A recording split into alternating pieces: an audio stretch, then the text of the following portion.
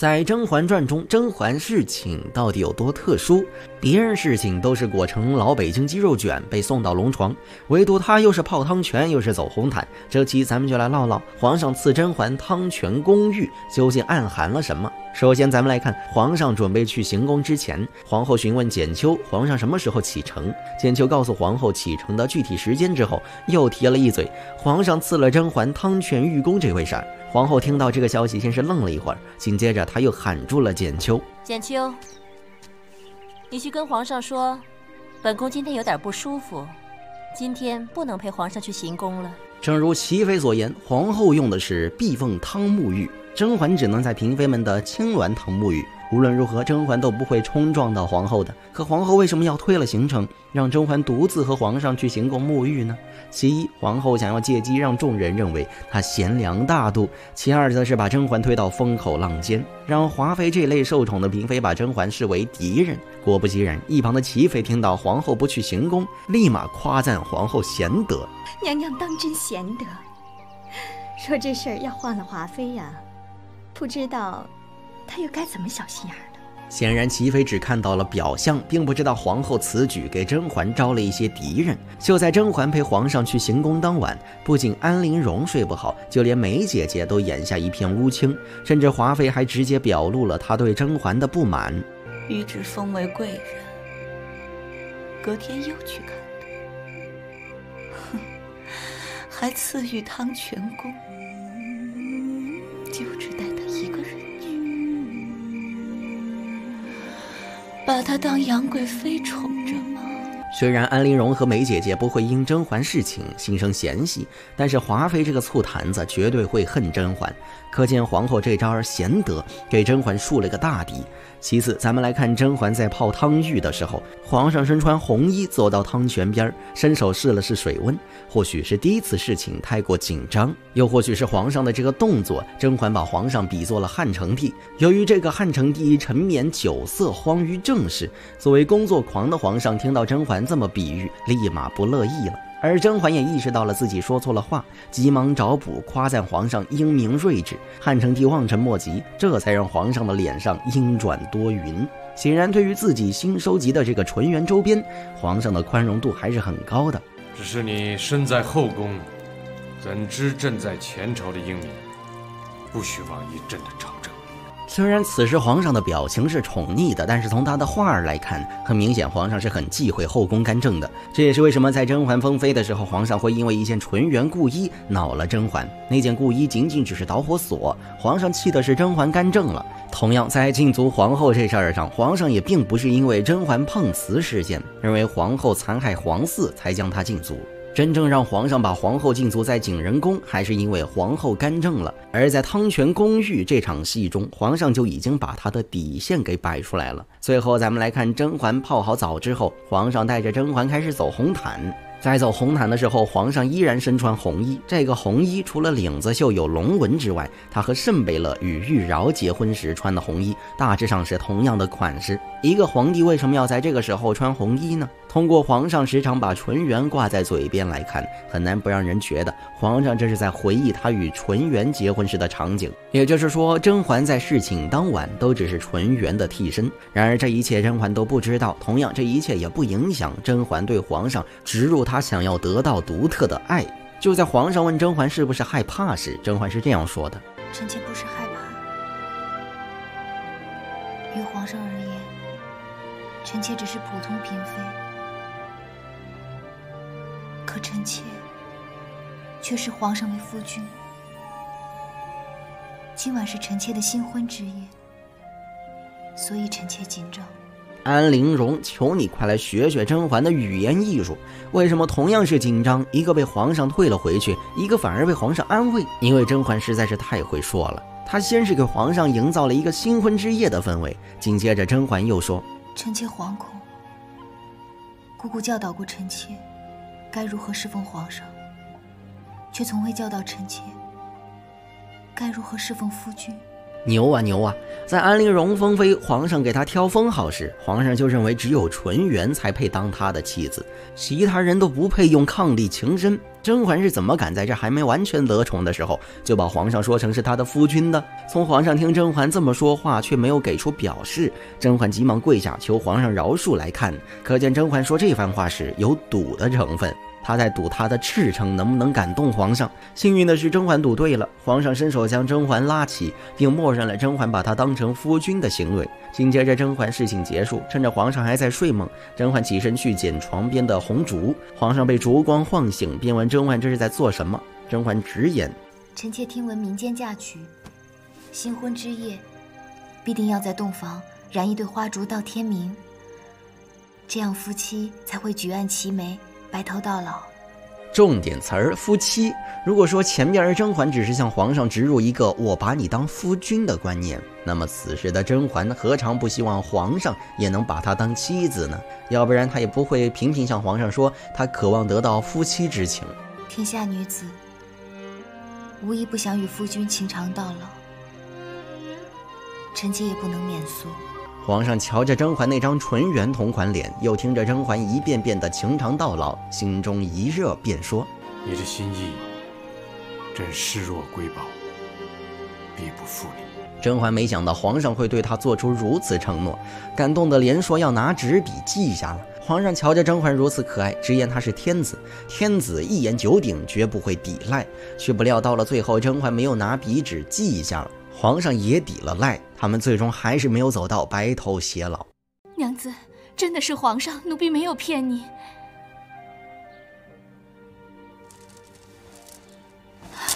果然，高级的猎人往往以猎物的形态出现。冷炕禅房，佛门重地，四大爷为什么如此猴急？凌云峰复宠的背后，究竟谁是猎人，谁是猎物？其实这里头每一步都包含着甄嬛的算计。我要用皇上的手，皇上的权力来报仇。甄远道病重，果子狸身死，嬛嬛自身难保，还兼顾着给孩子上户口的重任。屋漏偏逢连夜雨，决定了甄嬛复宠这事儿，四大爷能等，孩子不能等。这个孩子，我一定要给他一个名分。所以，就算四大爷见到他时能够保持清醒克制，甄嬛也必定会想办法让四大爷情不自禁。毕竟这不是在宫里，不是搞几只蝴蝶就能解决的事儿。想让四大爷出趟宫，还好巧不巧的拐来偏僻的凌云峰，这难度比混进皇宫当刺客还难。这一步可是难之又难，险之又险。机会只有一次，不管四大爷猴不猴急，嬛嬛都得让他急，否则还怎么把肚子里的孩子赖在他大伯的头上？因此，凌云峰的禅房里，嬛嬛与四大爷那一下午的云雨，不是可能会发生，是必定会发生。皇上有娘娘伺候着，啰嗦什么？别看甄嬛的凌云峰复宠不过就一集的事儿，嬛嬛想要让四大爷100%宠幸她，她的每一步都必须算计的分毫不差。童子们细想想，万一有哪个环节出错，比如四大爷压根儿没来，又或者四大爷来了，发现一切都是甄嬛想故意复宠、自导自演的一场戏，那故事很可能演变成甄嬛蓄意勾引，四大爷龙颜大怒，顺带连同锦汐、浣碧、苏培盛大家一块儿barbecue。所以为了让这事儿万无一失，嬛嬛几天前就开始做准备了。劳烦你开些益气补血的药给我，还有从前的神仙玉女粉还在吗？没错，嬛嬛的每一次复宠背后必有舔狗温实初。想想嬛嬛子在甘露寺的3年，砍柴、擦地、烧水，寒冬腊月，手还浸在河水里洗衣服，哪还有半点光彩照人的样子？我很难看是不是？再加上嬛嬛当初没做好月子就离开皇宫，来了处处有人欺负她的甘露寺，身体虚弱的不行，用这么一副病歪歪的样子，想让四大爷春心萌动，眼前一亮，忍不住想宠幸她，那基本是搞笑了。终究不过是以色示人。没办法，嬛嬛只能喊来温实初，补气血的、见效快的通通用上，东阿阿胶一顿狂补，加神仙玉女粉内外兼修，益气补血，用东阿阿胶即可见效。我会每日配了拿给锦汐，你一定要细心调养。请注意，神仙玉女粉这高级护肤品的名字听着怎么有点耳熟啊？原来早在上一次嬛嬛小产后，利用蝴蝶复宠，温实初就给嬛嬛配过神仙玉女粉，帮助嬛嬛子养好了容貌，重获四大爷的喜爱。是婉嫔娘娘敷脸的神仙玉女粉。不过眼下嬛嬛又不用靠容貌来争宠，要这玩意儿做甚呢？温实初难道不会怀疑果郡王已经挂了？甄嬛悉心打扮自己，又想勾搭哪个野男人吗？当然会。于是温实初多问了一句：这好端端的，怎么想起神仙玉女粉来了？这儿嬛嬛子压根儿没想把自己要回宫的事儿告诉温实初。我要回宫的事，先别叫他知道。为什么每次嬛嬛子做这种跳火坑的事儿，温实初只在乎嬛嬛的安危，不会支持嬛嬛子真正想做什么？选秀的时候他劝嬛嬛子不要入宫，和果子狸交往的时候他劝嬛嬛远离果子狸。嬛嬛想干的事儿，温实初通通反对，还要站在舔狗的角度说教。所以在甄嬛已经铁了心要回宫时，嬛嬛不想再听温实初泼冷水，听他讲大道理，更不想动摇自己为果子狸报仇的决心。浣碧配合地说：小姐执意要把孩子生下来，只是小姐这样憔悴之力，生出来的孩子又怎会好看呢？所以要吃一些益气补血的吃食，再加上神仙玉女粉内外兼养。一顿忽悠温实初，保证复宠计划顺利进行。与此同时，锦溪那边也赶去了京城二环的宅子，开始勾搭老情人苏培盛，为四大爷来甘露寺做准备了。若是婉嫔还有机会，那我岂不是也能两全其美，各不辜负了？我敢说，苏培盛绝对是整部剧里排名第一的绝世好男人。女神锦溪亲自开口，苏培盛说干就干，就连帮废妃回宫这种胆大包天的事儿，他都能应下，这是爱锦溪爱到了骨子里呀。很快的，苏培盛就到了凌云峰，告诉甄嬛，前2日正说起2月2龙抬头，要竞江踏春的事情，奴才就尽力的劝皇上到甘露寺来竞香，到时候再引皇上到凌云峰来吧。于是苏培盛开头梅姐姐助攻，他来了。远在紫禁城的大伯来凌云峰给侄子上户口了。苏培盛原本给嬛嬛安排好了，首饰钗环绫罗绸缎，让甄嬛打扮起来，一举赢得四大爷的心。可嬛嬛有自己的打算。皇上在宫里浓艳素雅都看得多了，我便是要这样洁净到底。没错，浓妆艳抹也好，淡妆裹面也罢，四大爷见识过这世间的无数美人，什么华贵的雅致的都已经看腻了，连四大爷自己都说过，你说这宫里的女人怎么看多了就觉得乏味了呢？朕现在觉得看谁都一样。那嬛嬛干脆走小清新路线，素面朝天，洗去一身铅华，在这寂寞清冷的佛寺，如同一朵暗吐幽香的茉莉花，楚楚可怜，惹人心疼。四大爷最喜欢嫔妃身上有淡淡的香味儿，什么华妃、甄嬛、安小鸟，回回都要闻着香气夸一句好香啊。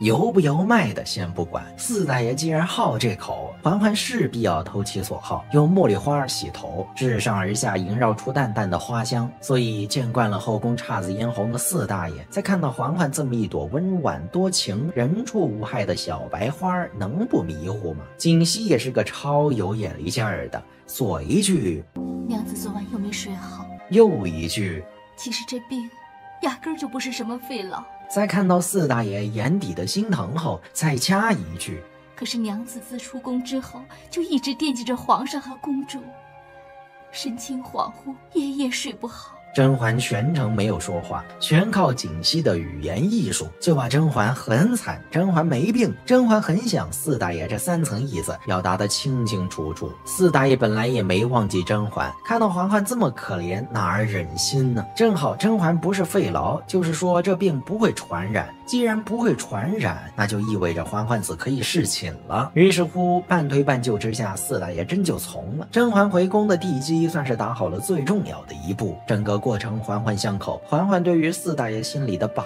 握，当真是无人能及。毕竟能把一件看似不可能的事儿，从0%的可能性提到100%，除了咱们嬛嬛，又有谁能做得到呢？甄嬛传中除了于莺儿从宫女变成答应之外，还有一个人也是从宫女一跃而起变成了小主，他就是一直伺候华妃娘娘的宋芝。宋芝成为小主，表面上是皇上有情，华妃有意，实际上皇上愿意封宋芝为答应，却是无奈之举。这期咱们就来唠唠皇上为什么要这样做。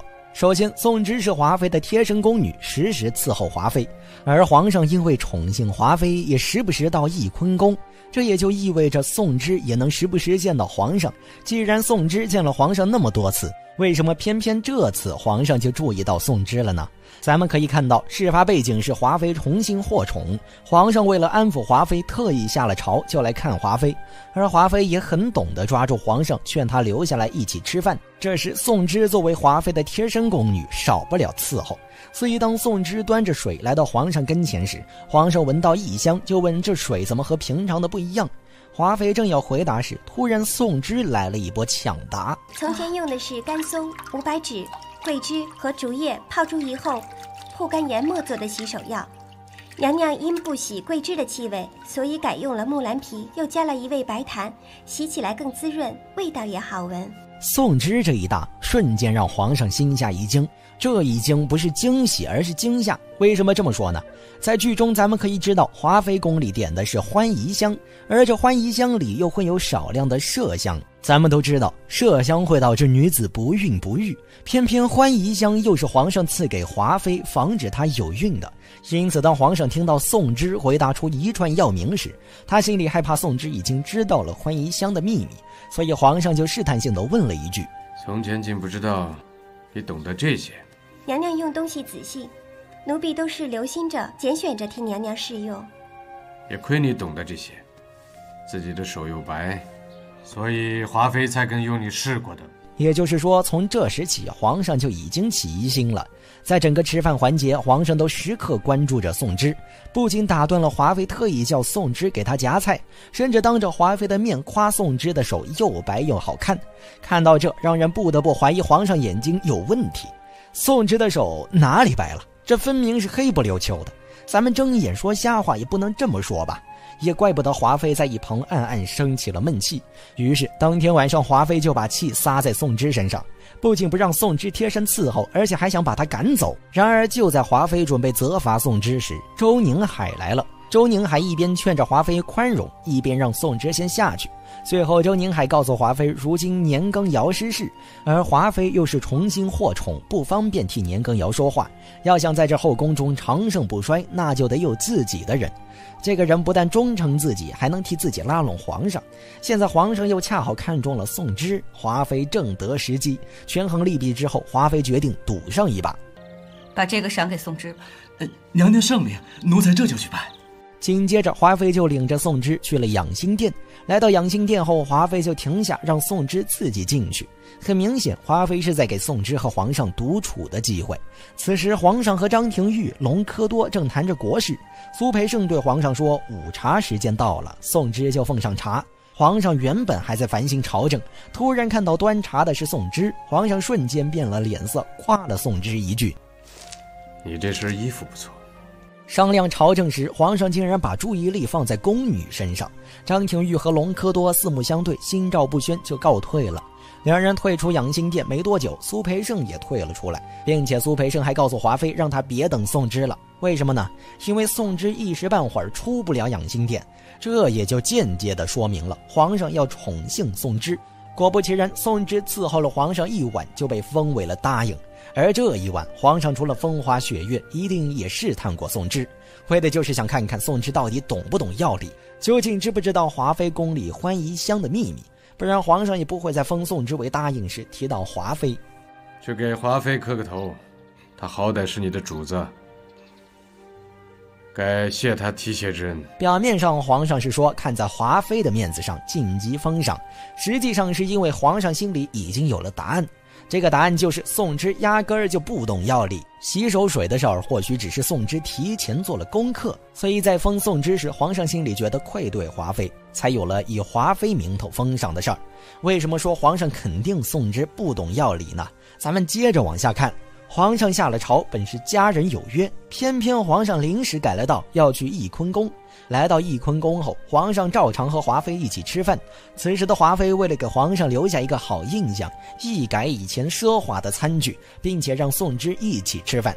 可宋芝伺候华妃伺候惯了，就说了一句能伺候娘娘和皇上是奴婢的福分。对于宋芝的拒绝，咱们听皇上是这么说的：大家都是姐妹，你站着，本宫吃着也不安心啊。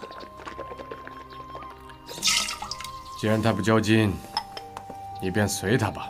也就是说，皇上一直都是把宋芝当奴婢使的，哪怕现在的宋芝已经成为了答应，成了小主，在皇上眼里，宋芝永远都是伺候华妃的奴婢。曾经一次次的夸机灵、夸手白、夸衣服好看，全都是皇上在试探宋芝知不知道欢宜香罢了。只能说，皇上为了试探，把身体都搭上了，也真的是太豁得出去了。